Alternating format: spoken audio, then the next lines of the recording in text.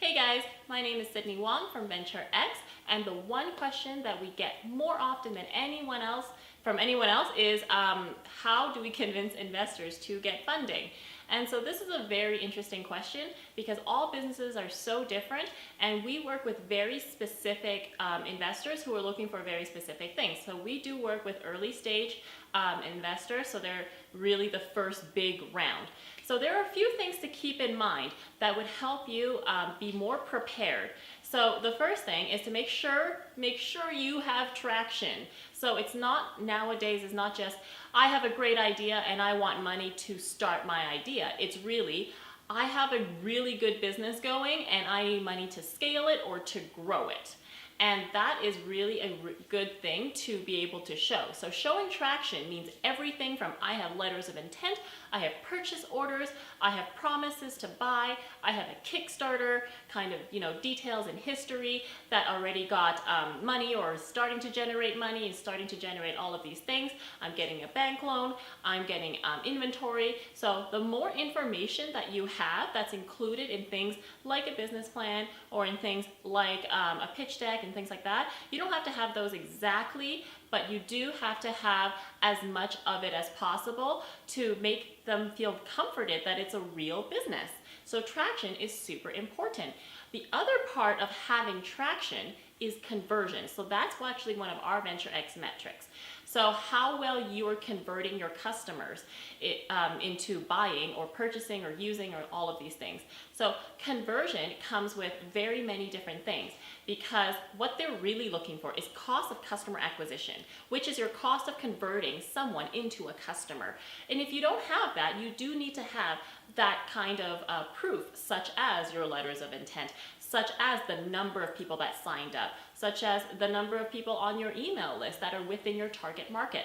All of those things count as conversion, and at VenturX, they count as different point scales of conversion. So make sure that you understand how well you are converting your customers. If you don't have that exact dollar value, how are you going to get that information? And the next big thing is that there's a lot of entrepreneurs and startups coming onto the scene, and there's a lot of talk about how to get investments, what are the best hacks, what are the best tips and tricks, and also there's a lot of fear that comes with it. So to help eliminate that, just remember that investors are people too. They are like you and me. They have families, they have goals, they also have usually a past history of success.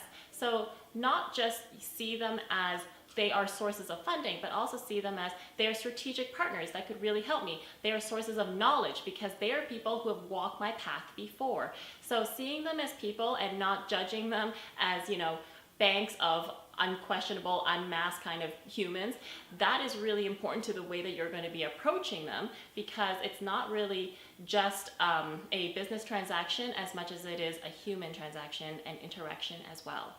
And the next thing is if you are able to get any small investment, either from a distant relative, family friend, anything like that, or a private angel investor from somebody who you've met, that is always a great thing, because the more people who believe in your small business or your new startup or anything like that, the better it is and the higher chances you will have to getting that first big round. So that's the next big step. And finally, you always want to be showing that you have an idea of where the money is going to go to. So if you want $500,000, if you want $1 million, you can't just want that just because you want that. You have to actually have a plan of where each dollar is going to go to. You want to spend money on marketing isn't as important as how you're really going to be spending it. So is it going to go through Facebook ads, Instagram ads? Is it going to go through billboard ads?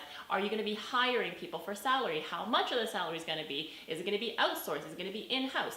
All of these things are questions about marketing. You can't really just say, I want $500,000 to go into marketing, because it doesn't really make as much sense. They always want to see that you are improving and growing over time.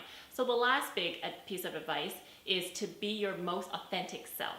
So yourself, as every startup, has ups and downs, and you can't only show the really, really good parts. You can't only show the parts where you are signing all of these letters of intent one at a time, or 50 at a time because it's not realistic. You also want to be showing this is where I grew, this is how I knew, this is how I tested things, because your test results show a lot about the path that you have walked through before the investor has come in, so then they can help you take you from where you are right now to your future goal. And that's those are the best 5 tips that I can give, and I hope that they really help you, and I hope that you guys keep growing and keep chasing your dream.